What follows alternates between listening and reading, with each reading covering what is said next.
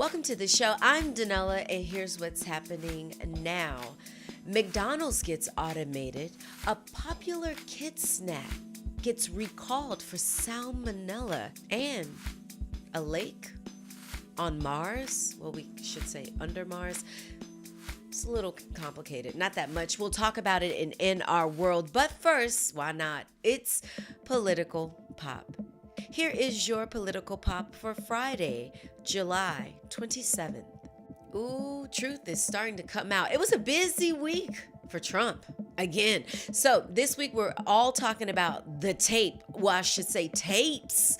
Right. So Michael Cohen released secret audio. He had no idea. Well, Trump didn't. Had no idea that he was being recorded.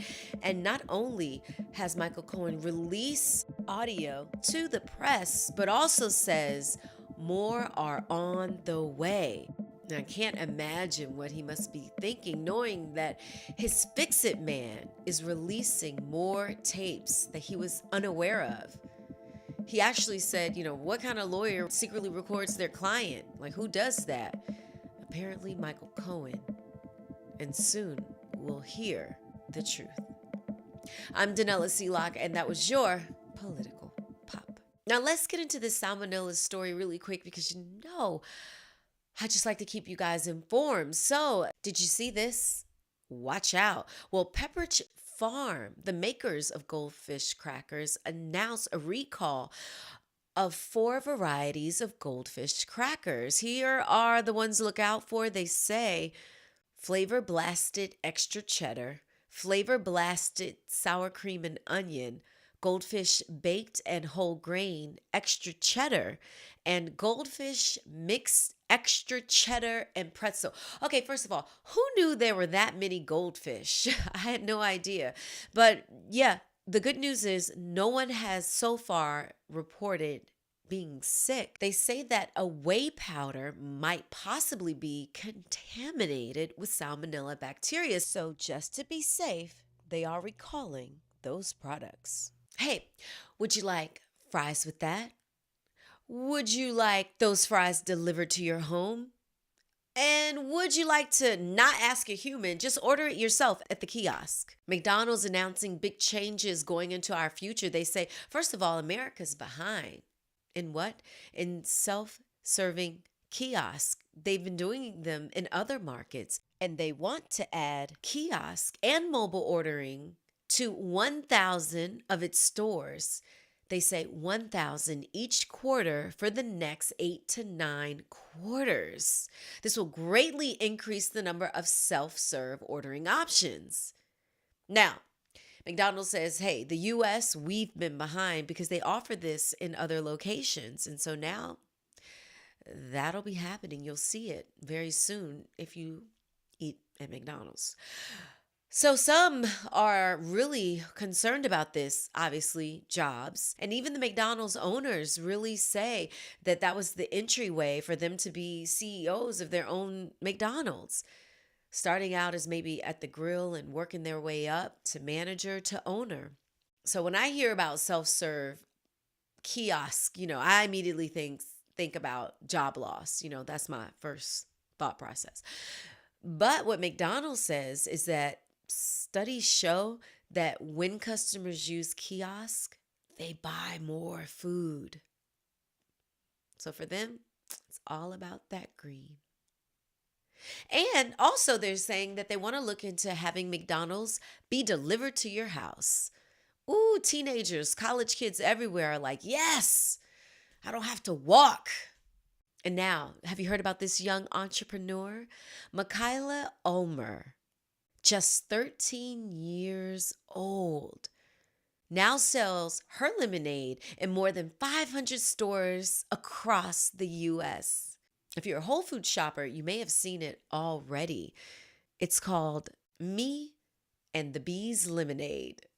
I love it. Here's what she said. She said, sometimes I have to miss classes to do an interview or travel for a TV show, or I'll miss a big show or presentation because I have a large project or test at school.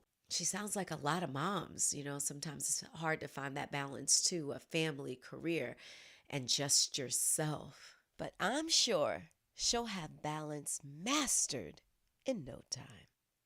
Way to go, Mikaila. Heads up, facial recognition could be coming to your school.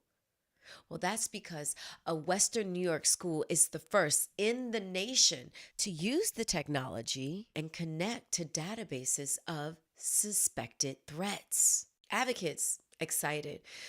This would be major for a school system to see if there's someone dangerous in their school. First step in protecting your students, right? However, facial recognition in high schools also mean possibly privacy violation. I'm pretty sure this will be a debate we'll see in the future. And now it's time for In Our World. In Our World this week, an underground lake discovered on Mars. They say it's beneath a mile of ice. An Italian team of scientists say it has strong evidence of a subsurface lake of liquid water on Mars. This now raises the possibility that Mars currently has life, since water is essential for life. But they're careful not to say that it's official. They're saying the evidence comes from a special kind of radar called ground penetrating radar.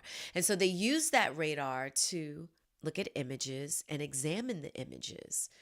They're saying that when they used the radar, they saw what looked like a lake of water about 12 miles in diameter and about a mile below a surface layer made up of water, ice, and dust. So more research has to be done. And many say now the Italian team of researchers discovering this image will make more scientists really look to see what's below the surface. I find it so fascinating. All right, now I want to do something I usually don't do. How about a love story? It's quick. I think this is probably one of the most endearing, like real, true, because you think about love and the depth of love. Listen to this. I found this while I was trolling on the gram. You may have heard it, but it touched my heart when I saw it. While watching a movie with a boyfriend's family, I fell asleep. In the silence of the film, I passed gas so loudly it woke me up. Everyone heard it. That young man claimed the fart as his own. That's when I knew he loved me. I married him. Today we celebrate 13 years together. Yeah. I swear I hope that's a true story, but when I saw it, I was like, hilarious. Because if that happens, that's some real love. Especially girlfriend, boyfriend. He claimed your fart and the whole family heard it. Yeah. Real love. I don't know. Sometimes I just feel like you need these kind of stories, you need them. All right. So before we wrap up the show, here is a mommy moment.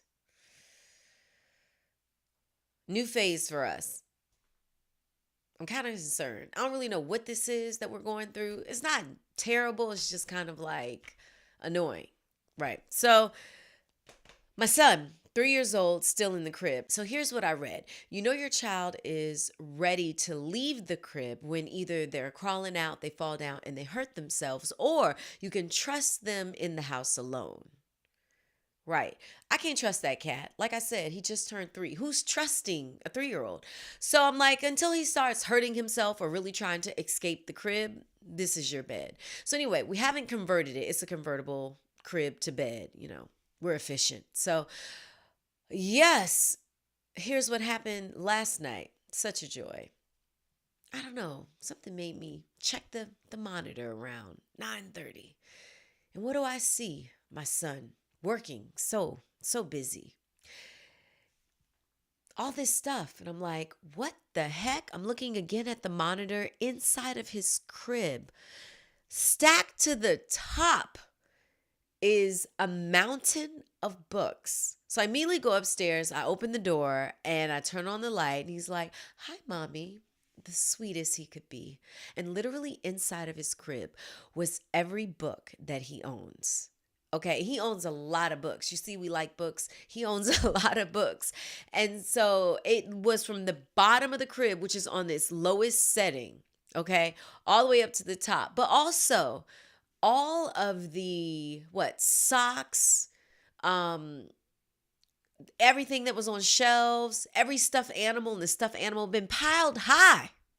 And he doesn't get it. He's just stacking everything in here, everything in here, everything in here.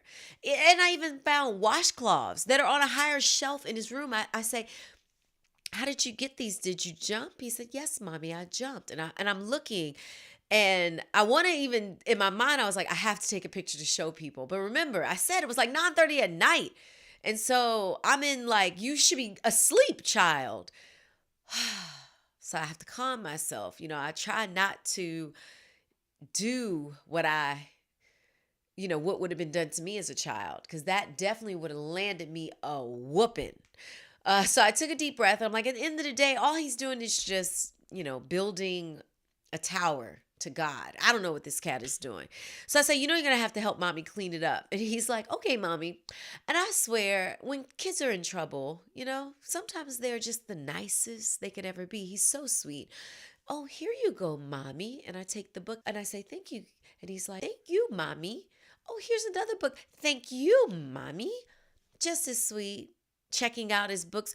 Oh, look at this. The little duck. And I'm like, no, not time to read.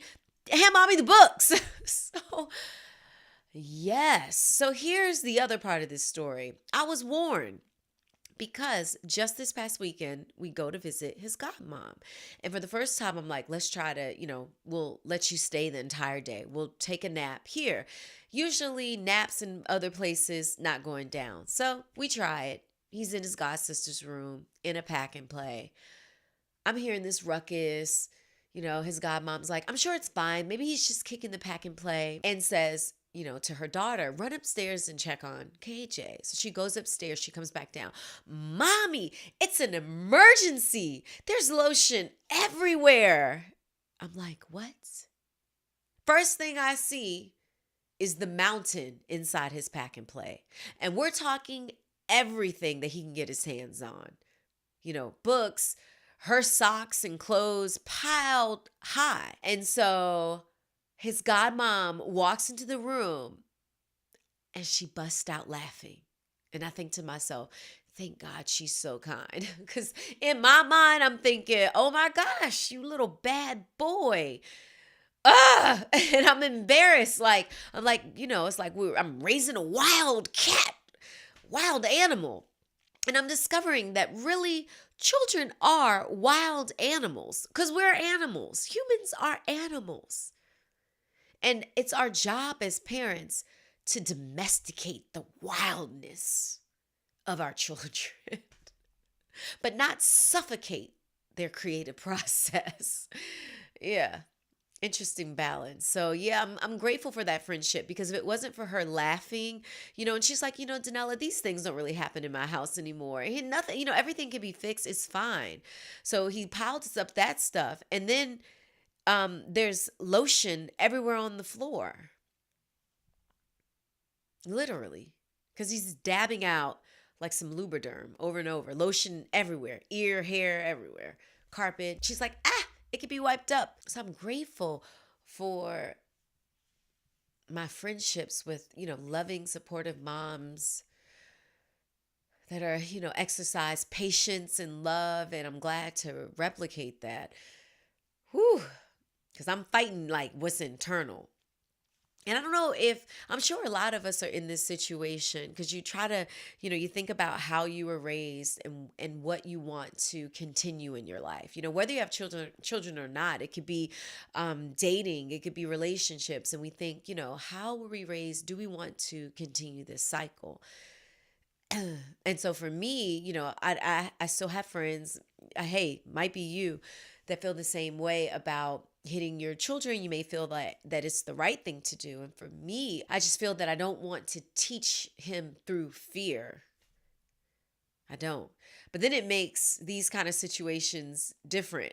Now, let that be me, because if it was mommy, I didn't tell him this, but if it was mommy, grandma would have said smack. Right. Lots of yelling. Would have been lots of yelling. And I would have had to clean it up myself. I'm sure of it. I'm sure of it. And grandma, if you're watching the podcast, telling my mom, if you're watching this, don't leave no comments debating, because you know it's true, because you didn't play any games according to you. I swear. So yeah, patience and love. That about wraps up the show. I swear it's been a tough week. My allergies are killing me. Please ignore the sniffing, the nasally. It's all up in here, sinuses. So if you notice I might have been nasally, thank you for bearing with me. I can't wait to get this together. If you have sinuses, you know what I'm talking about. I usually don't, but allergies, they hit. And I want to hit back. Emails, remember you can email me, Danella at DanellaNOW.com, and on social media at DanellaNOW. As always, have an incredible weekend, and I'll see you next week.